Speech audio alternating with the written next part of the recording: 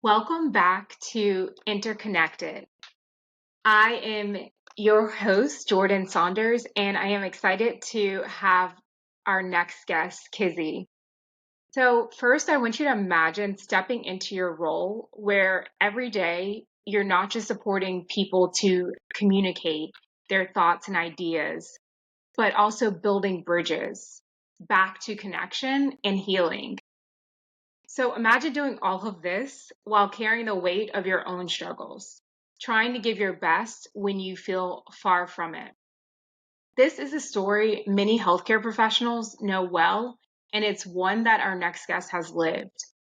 Drawing from her experience with severe mental distress and complex trauma, Kizzy has transformed her challenges into a powerful mission to redefine how we care for ourselves and others through trauma informed speech therapy. Kizzy, I would love for you to share with our audience a little bit about yourself and also where you are located. Thanks so much, Jordan, for the wonderful introduction.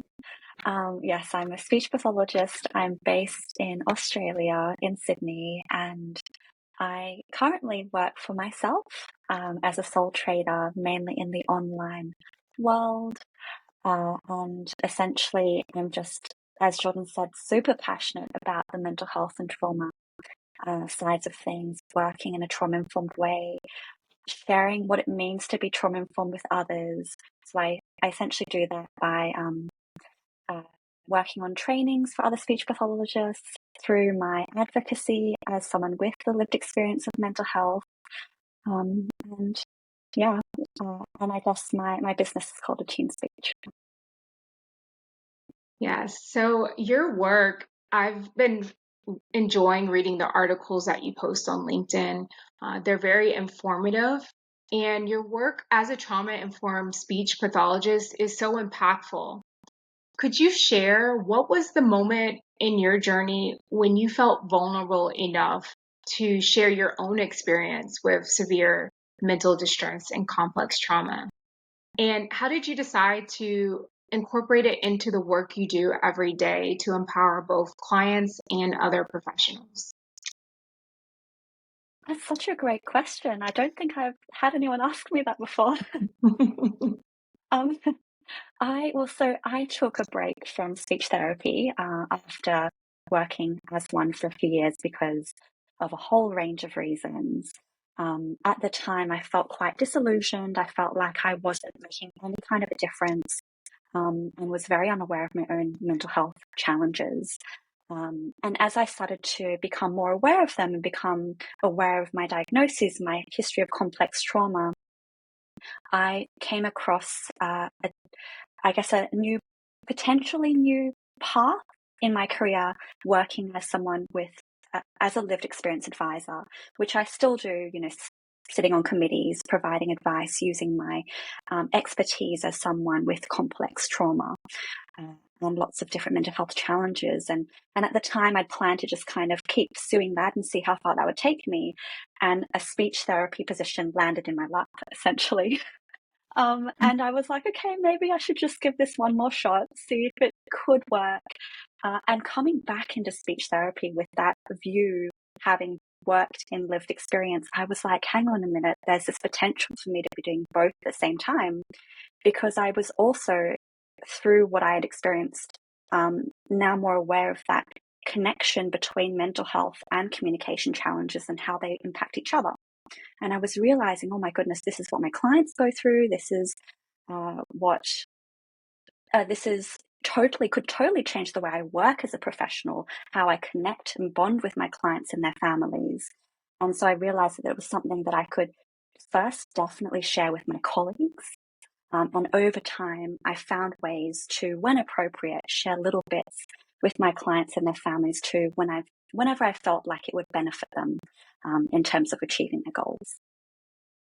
I love that. And I love how you brought up a good point that someone that may be watching may have experienced as well in terms of just feeling like you have to bring different parts of yourself. So, oh, I can incorporate my lived experience in speech therapy. I don't have to separate it. It doesn't come off unprofessional if I incorporate that. So I think that is so relatable because there's maybe health professionals watching or professionals in general that may have that same feeling that you did too. And just from you sharing your experience, it sounds even more that you are even more excited because you get to incorporate your lived experience into the work that you do every day. And many healthcare professionals, they may feel stretched, thin, and unsure how to prioritize their own well-being through their own journeys. So, what would you say to them? Was would be your pivotal moment in your journey where you realized self-care was non-negotiable, and how did this realization help feed into the work that you do as well? Yeah, that's another wonderful question. And I wanted to quickly add something on to what you were saying before. Sorry to Yeah, please distract you for do. a second. About what you were saying about, how there could be other people listening who are unsure if they can be sharing bits of themselves and if it could be seen as unprofessional or not, because I definitely went through that myself. And what I've seen from testing this out in different ways is just how powerful, empowering it can be for the people we work with to realize, oh, I'm not alone. Actually, this speech pathologist who seemed super professional has been through some of these things too, or is relatable. It's also been, I've uh, had moments with mums as well where I've gone, you know what? I actually went through something kind of similar as a child, and you know, I'm now working in this way and all this kind of stuff. And it's been such a relief for them as well to see maybe it will be okay. Um, because of course parents can hold so much guilt and anxiety around what they see that their children might be going through and what their futures might hold. And that's not to say that I will share everything with my clients and families. I'm quite selective with what I share. It's always for a very specific purpose of, if I feel it can benefit them. But yeah, anyway, moving back to your question around the self-care, and when I realized when that was non-negotiable, for me, it was when I took I took a 2-year break from speech therapy. And actually, I had no choice in taking the break. At first, it was a decision. I realized my mental health was really quite poor and I needed a break. But as soon as I took that break, I realized like I actually couldn't work anymore. It got to a point where I had to fully stop. I became quite unable to take care of myself as well. And it took 2 years of real hard work in rehabilitating myself to get back to a point where I could work. And even to this day, and that was several years ago, I'm still not able to work at my full capacity, and I'm still slowly building myself back up. And it was because prior to that, I was pushing myself so hard. I was doing everything from full-time work to study to tutoring to volunteering to all the socializing and all my dating and all my hobbies, learnings and PDs. I was taking it all on. And I wasn't stopping, I wasn't pausing. And I was also so hard on myself, which I know a lot of speech pathologists are like this too. So hard on myself if I felt like I wasn't ticking all of the boxes and constantly achieving progress with every single one of my clients in all of my sessions. And I thought the problem was I didn't know enough, I wasn't doing well enough. And anyway, so I didn't stop, I didn't pause. I had mental health challenges in the background that I wasn't addressing. And now I know that really, for me in particular, because of um, what I ended up going through, I identify as having a psychosocial disability, which means that my mental health challenges have a functional impact on my everyday life now. So I have to, every single day, stay on top of some kind of care for myself in order to then have more capacity to work. And so this is therefore something I'm super passionate about because I don't want to see other people end up in the position that I was in. And so I try really hard now whenever I get the opportunity to share a little bit about my story and talk about how we can perhaps find achievable ways to all be doing a little bit of something for ourselves so we are filling that cup up just a little bit. and maybe not ending up where I did. Yeah, I love how you talked about even it's a little bit, like doing a little bit, because that also can be a place where when you're doing self-care, maybe someone may feel like they have to do like it has to be a lot, this big thing, but sometimes the little things can be just as powerful as the the bigger things as well. So I'm glad that you brought that up, and just having this space to be able to talk about this, I think is powerful. I believe is powerful as well, because it is the field of speech language pathology is such a giving field. Healthcare professionals in general, they are giving so much, and ensuring that you're making space to be able to give to yourself to take care of your mental health as well. So you have seen some different trauma-informed principles and how they can be impactful. So for someone listening who might be struggling to rebuild trust or heal from their own experiences, can you share a story of how this approach helped someone rediscover connection or repair a relationship or find hope again? Yeah, that sounds great. I would love to. So the first client of mine that comes to mind, we're talking about a client here, is that right? Or You um, could, it could be a client, or it could be a caregiver of a client, or it could be whatever you feel inclined to share, whatever story is on your oh, mind. oh, sounds good. In that case, maybe the first one, yeah, the first one I came up with was as a client. So when I first started with this client, I think he was around 18, and he had been through a couple of different therapies when he was younger, but had quite a lot of trouble through school. His family situation had been quite significantly impacted by trauma. His mum had been quite significantly impacted too.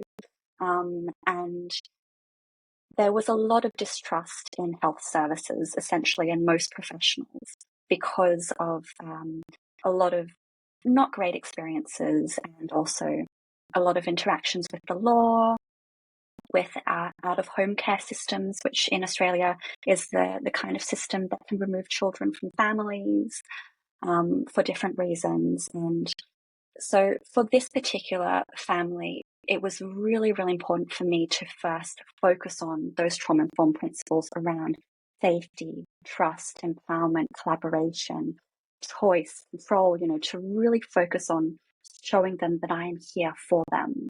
It wasn't the kind of family where I could jump in and be like, right, let's do assessment, let's figure out your goals, let's work on these goals now. They would have not shown up again after the first session if I'd taken that approach. I really had to go slowly with them, and it was slow. It was, I think, about 9 months of barely any speech therapy, really just about holding the space, showing up consistently, showing that I care. It started off with, and this was all via telehealth because they live rurally in a totally different city to me. And it started off where it was mostly just mum and I in these sessions with mum's phone. Over time, I started to see the client start to show up in the background, get closer and closer into the view of the camera, and start to kind of suss me out. And then it became him taking the phone off mum, taking it into his own room. And then all of a sudden it became, he was answering the call whenever I was dialing in, and he was allowing me into his space, into his gaming world. I didn't really know what was going on, if he was speaking to me or speaking to a friend or speaking to his mum or on another phone. And I was really following his lead. I was showing him, this is who I am. I'm here for you. I'm listening. I was dropping in little bits of what I can do, asking him little bits about his communication and his interactions, getting to know his interests. And over time, as he was ready, and with me kind of just testing the waters here and there, he slowly started to show me his face on camera. He started to answer my questions. And then one day he was showing up and he was like, right, what are we doing? And I was so shocked. I was like, what? Oh, yeah, okay, of course, I'm a speech therapist, right? Let's get into this. And then one day he told me he's moving out, he's got a girlfriend, he's off, he doesn't need me anymore. And it was such a shock to me because I felt like, we were on this journey together, and when he was ready, he was ready. He went from not communicating with anyone when we first started. Mum was so concerned about him. He'd really shut himself out from the rest of the world. He'd had some really negative experiences with being bullied and isolated because of his communication, because of all the misunderstandings.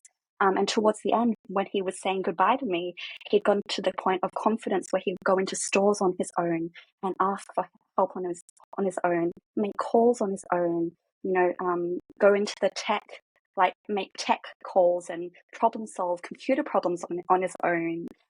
Got himself a girlfriend, figured it all out. And I'm not saying that speech therapy did all of this, but that was definitely the process of really focusing. And I was very fortunate that I could spend all this time on this, of course. But when I was really using these trauma-informed principles, how we could really kind of see how organically this could happen. And then the speech therapy happened when it was ready to happen. And so that's probably, anyway, that's just one of those examples.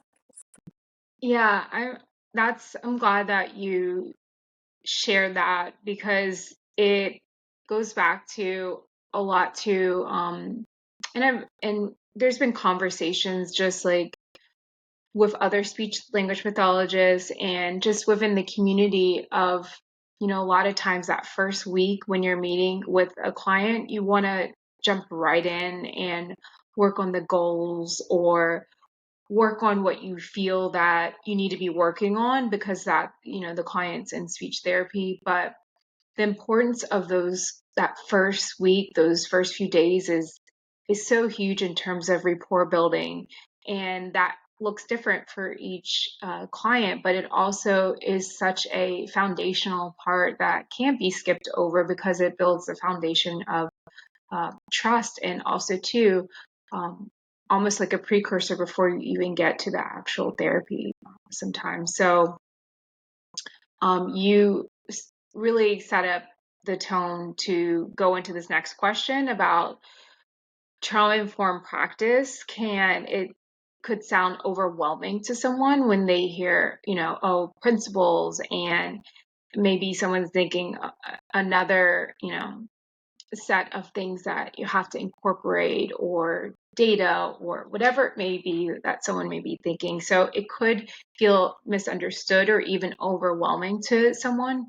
So what do you think is the biggest misconception you've encountered, and how do you help others see the simplicity to and the power behind this approach? And also, can you Yeah, maybe to speak to uh, just like if you have to have some type of license, or what kind of credentials you have, because that may be something else that someone may be not feeling like they have the credentials, or they have to get something else in order to do that. And it could be different. I know you said you're in Australia. Yeah, of course, definitely. And if I forget to answer anything, let me know and I'll make sure to cover it. Okay, that's fine. Yeah, I So, added, I think, like 2 or 3 questions in one. okay, okay. Also great questions, honestly. This is amazing. So, I totally see where you're coming from. I think trauma-informed practice, trauma-informed care, whatever you want to call it, working in a trauma-informed lens, is a mouthful, and it just sounds so niche and so technical. And I think it's because of those terms can be quite misunderstood. The way I see it is, I think most of us as speech pathologists, speech language pathologists, speech therapists are actually familiar with a fair few of the principles already. We just know them by different names, or we're doing them perhaps intuitively. We're doing them without even realizing we're doing them. So I see trauma-informed practice more as like when you kind of start to understand it, almost just giving you more permission to really lean into some of the things you're probably already realizing work quite well. When you do just realize, oh, I've connected quite well with this client. Oh, this particular person I'm working with is really kind of like, we're getting along really well and things are moving along quite smoothly. You're probably either intentionally or even unintentionally using some of these principles already, but not even quite realizing it. Because essentially the way I understand trauma-informed practice is it's a bottom-up approach. It's thinking about regulation. It's thinking about the nervous system. It's thinking really about how the brain needs to function, or what the brain needs in order to engage and in order to learn most effectively. And essentially, we can break this down into our brain has a survival mode and it has a learning mode. We all have experienced survival mode brain, where we've perhaps had a jump scare because we've watched a horror movie, or we're about to go into a big scary interview and our heart's racing, we've got butterflies, we're on stage trying to present, and all of a sudden we can't think of any of the words that we've memorized in our head. Those are stress responses. That's that stress response brain mode. And then we've got learning brain mode, which is when we can engage more, we can learn more, we can socialize, we can relax and joke around. And essentially, trauma-informed practice is about moving people from survival brain mode into learning brain mode, or understanding what can help a client remain in learning brain mode and not kind of go back into survival brain mode. The trauma aspect of it all is just understanding. It's about understanding that when there is potentially a history of trauma, that person you're interacting with could potentially be more likely to be in that survival brain mode, or more likely to go into that survival brain mode. And so it's about using those principles that you're probably already using quite unintentionally, well, intuitively, more intentionally, to ensure we're supporting that learning brain mode. And so by those principles, really, I think the core of it comes down to helping the person with you feel safe. So someone can know they're safe, but they might not feel safe. And that's where we can do things like adjust our tone, our body language, our facial expressions, the lighting, sensory processing considerations. And also focusing on that connection, that giving that person you're talking to that feeling of, I like you, I like being in your presence, and I want you to enjoy this process as well. So I think that's honestly the core of it. I hope I haven't butchered it too much for everyone, but I really do think that's kind of it, in at least the way I view what it really is. And so I hope that answered the first maybe one or two questions.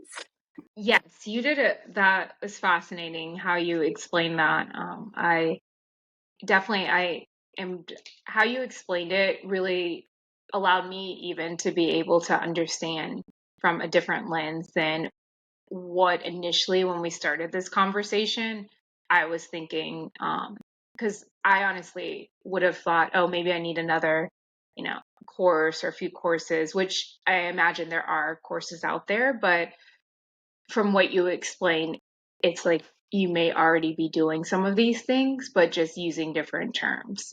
So thank you for explaining that. And I look forward to continuing to learn more about this.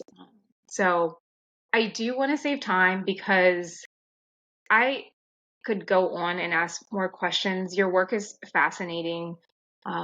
And you connect with so many different areas in the field that I never would have thought of. And just from like your perspective and your lived experience, it's so important. So I am coming away from this conversation with a different lens from some of the things that you've shared. And I want everyone to be able to follow your work. So what would be the best place to do that? Yes, thank you. So I have an Instagram called Attuned Speech, ATTUNED Speech. And I'm on LinkedIn, Kizzy Searle, SEARLE. And you can also email me directly at kizzy@attunedspeech.com.au. And I will also be launching a podcast called Mindful Speeches soon, which will be essentially conversations like this. I'm looking forward to that podcast. I will also include it in the notes so that everyone will have your information as well. I just remembered you can also, if you want to, on my website, www.attunespeech.com.au, if you subscribe to the mailing list, you will also get updated on when things come out, like my webinars and things like that as well. Wonderful. Okay, that's great. Thank you so much for taking the time to share with our audience. This is such a powerful conversation, and it's also a great reminder about how we care for others, not just for others, but also ourselves, and coming from a place of connection and compassion for ourselves and others. So thank you so much, Kizzy, for sharing your wisdom and for all the work that you're doing for so many different professionals to rediscover not only their passion, but also their purpose and ensuring that they are taking care of themselves. So thank you, everyone that is listening, for joining us on Interconnected.